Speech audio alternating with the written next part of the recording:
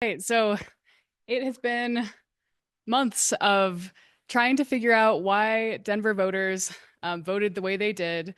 And I'm really excited to finally be here today so that we can share a little bit of the results from a poll that we did, and then also an awesome interview project where we interviewed 140 Denver voters.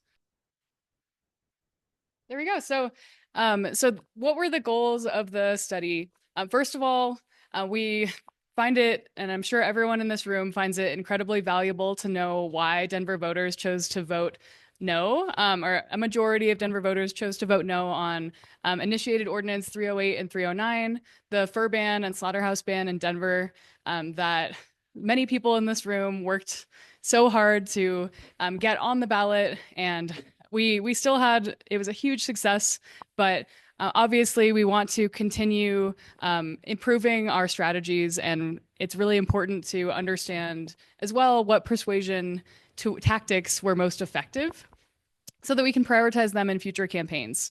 So the study involved interviewing Denver voters in parks all across Denver. So we had many shifts, and we went out there. We talked to people at parks similar to the deep canvassing style that we deployed last year. And then we also, at the same time, or maybe a little bit earlier, we sent a text poll to 60,000 Denver voters directly to their phones. We got 603 participants to fill out the survey. Voters were asked about each initiative separately.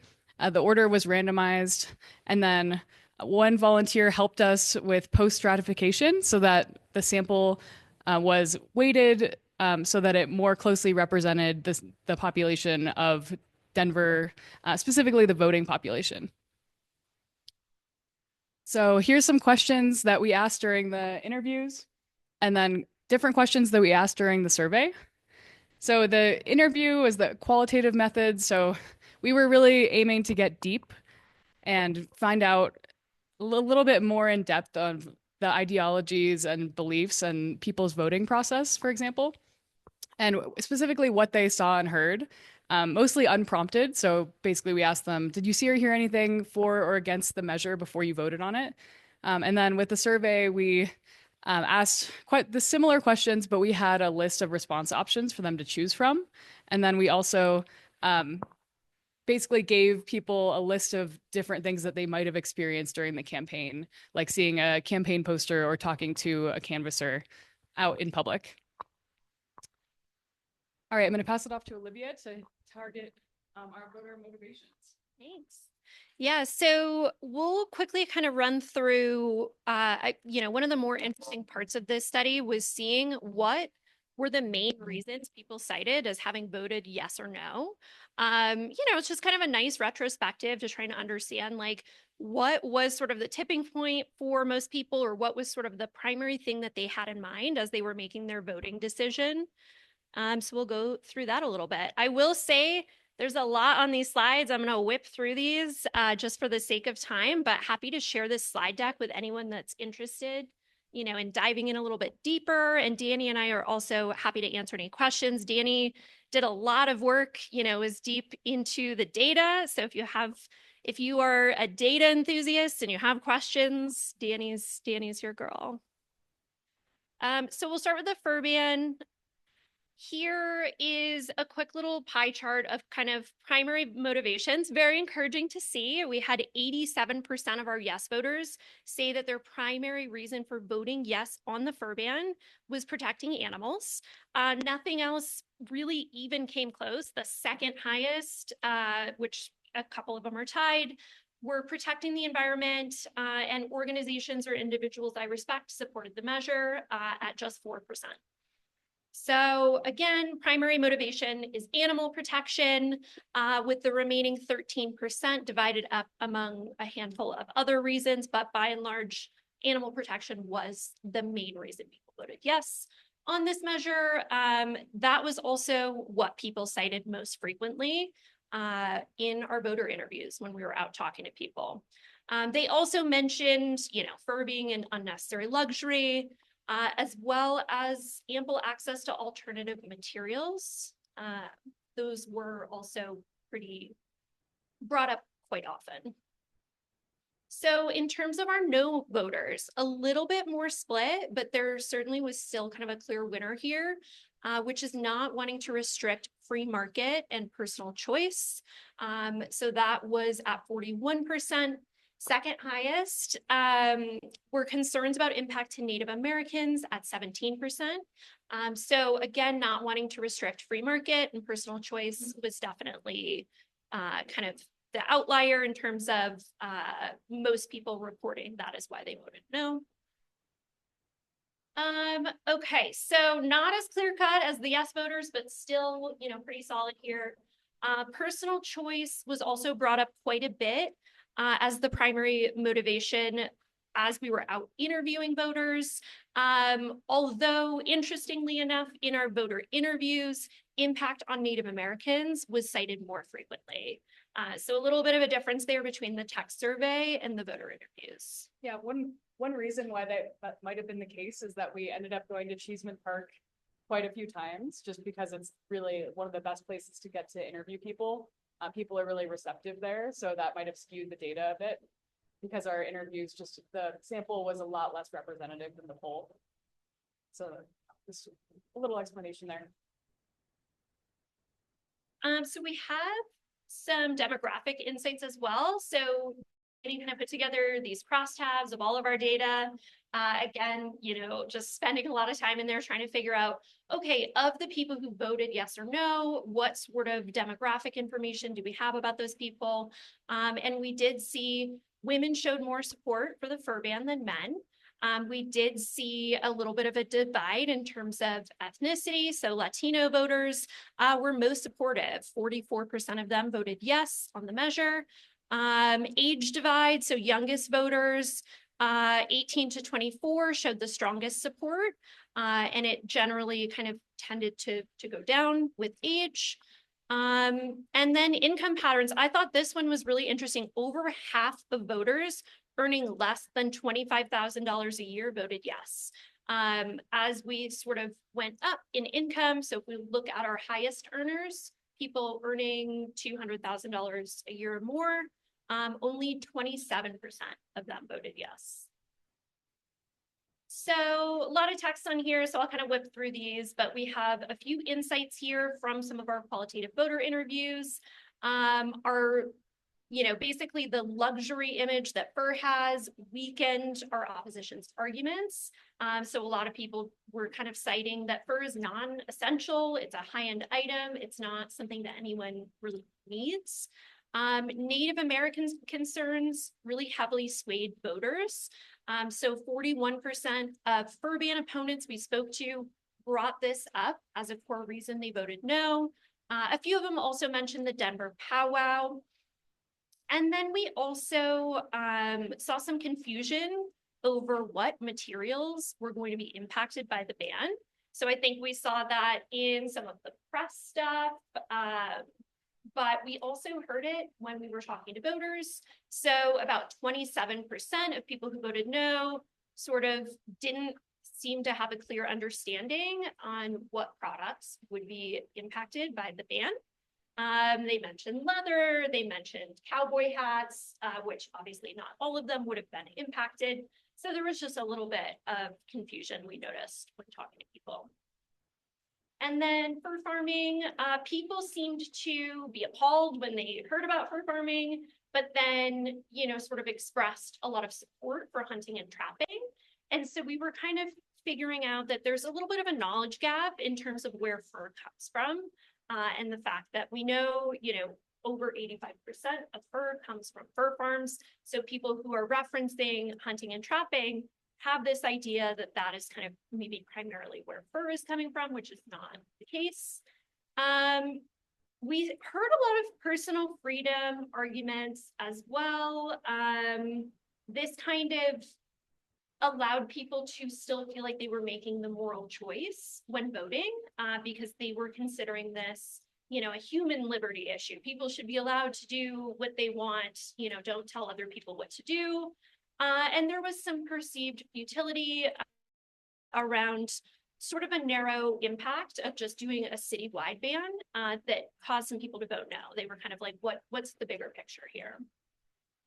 So our key learnings are just, leaning into the luxury status of fur as a core message, clearer messaging about, maybe earlier on about what is and isn't included in the ban. A lot of no voters, again, didn't really have a good understanding of fur farming and modern fur production, so better informational messaging. Using the personal choice framework to our advantage to make a case for animals' personal liberties. So tapping into those people who hold that as a core value. Clearer, more prominent messaging around the Native American exemption. I think we kind of came in too late and we're up against a lot of opposition messaging on this topic. And then the messaging from Native American organizations had a lot of credibility. People would hear, a Native American group is against this measure, and that was enough for them. They didn't really need to know anything else. That felt credible to them, credible enough for them to vote no. And then slaughterhouse ban. So yes, voters' primary motivations, again, we have protecting animals as number one. So 40% of yes voters said they voted yes because of the protection of animals. Protecting the environment was pretty high. That was at 21%, as well as protecting public health at 17%. And then supporting a just transition for slaughterhouse workers into safer jobs at 11%. All right, so similarly, during our voter interviews, slaughterhouse ban supporters also talked a lot about environmental concerns. And then 22% also mentioned neighborhood impacts. Most people, when we're talking about neighborhood impacts, we're specifically referencing pollution and just general quality of life in the city. And then for no voters, definitely a lot more split. There's no sort of clear-cut winner here. But in the top spot, we do have concerns about impact to workers at 20%. And then everything else is pretty evenly split. If we're looking at, not convinced the initiative would help animals, concerns about restricting free market, and didn't trust the organizations or individuals. So concerns about worker impacts was definitely kind of a clearer front runner in our voter conversations. 64% of the people we spoke to that opposed the slaughterhouse ban during voter interviews said that was their primary reason for voting no. So a little bit more clear cut out in the field. And then more demographic insights. So again, women showed more support for the slaughterhouse ban than men, so similar to the fur ban. And again, similarly, Hispanic and Latino voters were our highest supporters. And then younger voters and older voters both showed the highest support. So we're talking about, the age bracket of 18 to 24, so our youngest group of voters, as well as our voters 55 plus. Income patterns, high income earners were most opposed. So again, pretty similar to the fur ban. So a few insights from our voter interviews here. Concerns about worker impacts and just sort of general impact to the economy created some doubt for people. Perception of targeting one business. So people had this idea, we're just singling out this one slaughterhouse with this measure. And, people had some concerns around that on just, is that fair? And what are we accomplishing in terms of sort of the bigger picture? Our environmental arguments had a lot of persuasive power. So 36% of slaughterhouse ban supporters said they were concerned about the environment. Again, with quite a few of those people mentioning pollution specifically, and just that the slaughterhouse was kind of a nuisance in the community. Personal meat consumption caused a lot of voter dissonance. So for those of us that were out there talking to voters, I feel like maybe we all had this type of conversation where it was, why did you vote no on the slaughterhouse ban? And it was, oh, because I eat meat. And it was, so there feels like there's an opportunity there to better reach those people to have them understand like, hey, you can support this system level change without kind of letting your personal consumption habits be the reason for you to vote against this. So that was kind of an interesting one. And then again, a little bit of a sense of futility. So people kind of feeling like, what is this measure really going to do? The slaughterhouse is maybe just going to move elsewhere. Created a little bit of like preference for, welfare reforms over outright bans. And then NIMBY arguments. So for those of you not familiar with NIMBY, it's not in my backyard. So some of our yes voters cited, neighborhood impacts as a reason that they supported the ban. While we also had a pretty solid handful of people who voted no, who just felt the slaughterhouse is going to just be pushed off somewhere else. It would be somebody else's problem. So it was kind of an interesting divide there. So it's hard to kind of say if that type of argument helped us or hurt us.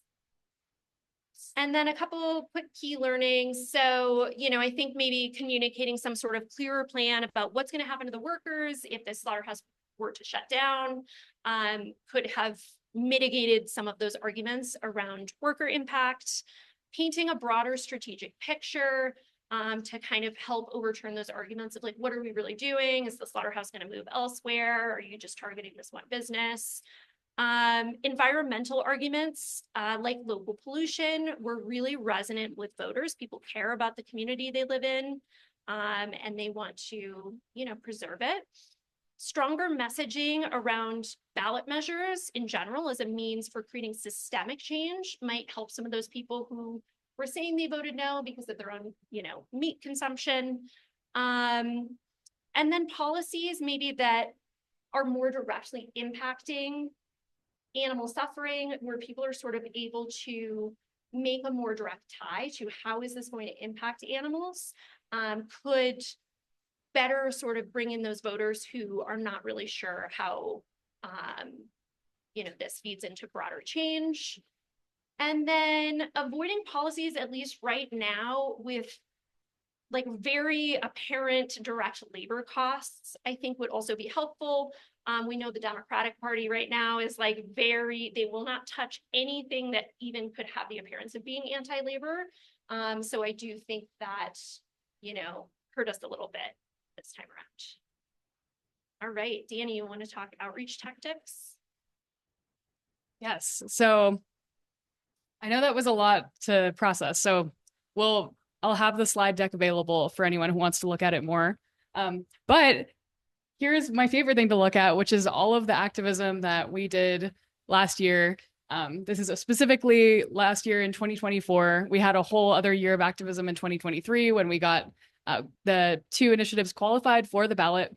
But yeah, so there's so many things that we did. I think I'm convinced that Pro Animal Future we did more different types of outreach than any ballot initiative campaign has done in Denver before. It's not a substantiated claim, but it's something that I believe because we had billboards, we had yard signs, posters, 8,000 posters. We gave out over 10,000 stickers. We did deep canvassing. We tabled at events all across the city. We wrote 13 and sent over 13,000 handwritten postcards. And we had a mobile billboard truck that showed footage from the investigation of Superior Farm Slaughterhouse, driving around for 168 consecutive hours across the city. We had not pictured for some reason. Oh, it is pictured. Is the Lamborghini, which was our lamb float that Anne and others helped make. So we did so many things and we reached so many voters. But yeah, the poll was really interesting to me because I wanted to know what people remember, and we also asked that in the interviews. But these are some quotes that really stood out to me when I was looking through all of the quotes from our voter interviews. I'm just gonna read them. This person said, I had a dude come to the house. He showed it to me for like 10 minutes. And then the activist asked, so did you feel like it was a bad experience or a good experience? And they said, oh, the guy, yeah, he was actually fine. He was cool. Someone else said something very similar. We had someone come up to the door and tell us about it before the election. She was really nice. She was very informative, just not like pushing anything, just gave us information. So I didn't see anyone report any negative experience with a canvasser, which is amazing. And I think we had a ton of really positive interactions. People did mention getting handwritten postcards in the mail. Someone said there was a sign, it said investigation or something. So it kind of made you think, like, really, so I think it was very effective.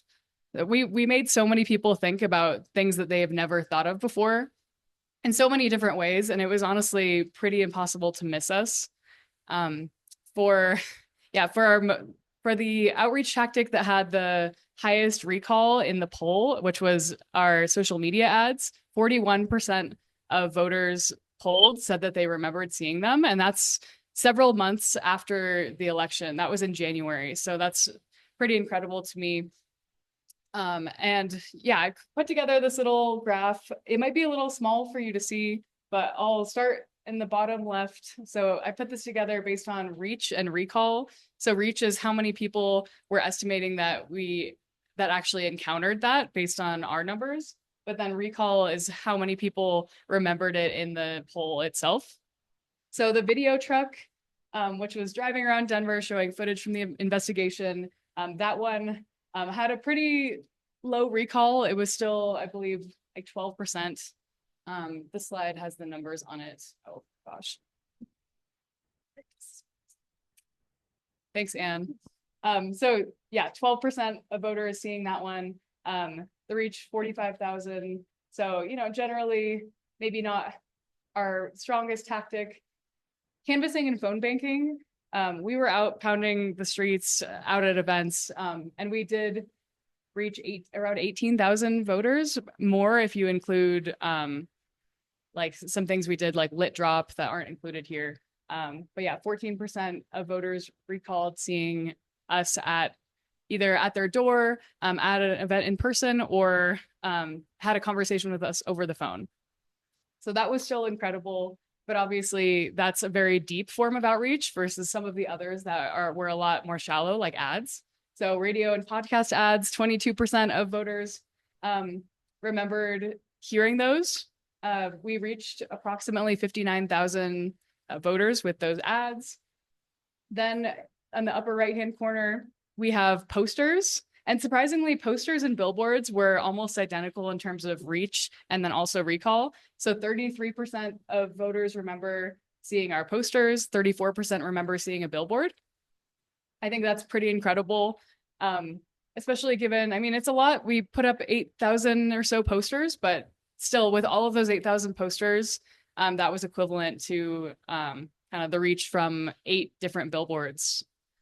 And then social media ads is in the upper right-hand corner. So social media ads, we reached approximately 429,000 voters, which is insane. And 41% of voters remember seeing them. So there we go. We didn't ask on the survey about postcards or text ads, which also happened. So that was unfortunate. We just had to choose a limited number for the survey because we wanted to ask about everything, but didn't have enough room.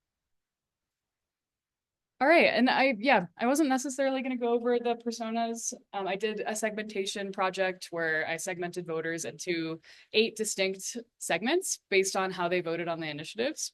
But I think we might be out of time. Can you do a time check, Anne?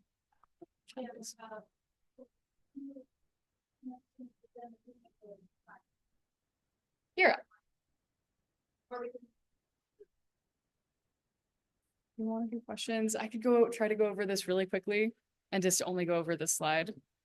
Okay, I'm going to go as quick as possible. So the 8 segments that emerged in the poll data were, and also I overlaid data from the qualitative interviews as well, because that was where we really got the rich insights on people's ideologies. But fundamentally, it was based on the poll data to start with. So we have our animals first advocates who vote for animals every time. Those are our base voters, people who we don't even really need to reach because they are always going to vote pro-animal. Then we have Clean City supporters, and those were the people that supported the slaughterhouse ban because of environmental reasons or environmental justice. They didn't like the idea that it was polluting the Platte River and polluting the air in Globeville. And then some of them we lost them because of the opposition's campaign, and they were worried about the impact to Native Americans. So, but some of them did support us on both initiatives. Then we have over here, yellow policy skeptics. They were generally, it was really interesting because they do support what we're doing, but they just really were those people who didn't believe that a local ballot initiative was the solution, and they thought it was counterproductive or wasn't going to work. And then we have disempowered voters. A lot of those voters, interestingly, were new to Denver. They were really overwhelmed by how long our ballot was. They didn't really do much research, and they defaulted to no, or just didn't vote because they were too confused and didn't really feel informed enough to make a decision. Then we have necessary evil voters, which I don't mean that they are evil, but they see slaughterhouses as a necessary evil. A lot of them were actually former vegetarians, which is interesting, or just described themselves as conscientious omnivores. So they voted yes on fur, but we lost them on the slaughterhouse ban, and they voted no because they just couldn't really get over the idea that we still need meat, or they still wanted to be able to buy meat. So then we have business first voters, free market defenders, and jobs first voters. Kind of like similar, but it's just the difference is like they all voted no on both of our initiatives, but business first voters were very focused on Denver businesses, obviously, and the threat to our culture and traditions. So those are people who are very susceptible to the opposition's argument that the fur ban would hurt the stock show, for example, and like the cowboy hats thing. So then we have free market defenders, people who are very libertarian, who just don't really agree with anything that they consider government overreach, and they really value personal choice and consumer freedom. Then we have jobs first voters who, if they'll always vote for whatever helps workers. And also that sentiment carried over to the Native American situation, where the opposition was trying to convince voters that it would make it hard for Native American vendors to sell their fur crafts. So that's where we lost those voters, but they are pretty hard to win over because a lot of our measures do involve displacing some type of job. So I think these people will always be a hurdle that we have to overcome. But that's the overview I'm giving. If you want more details on any of these personas, I'd love to share them with you later. But we're gonna wrap things up and get along with the meeting.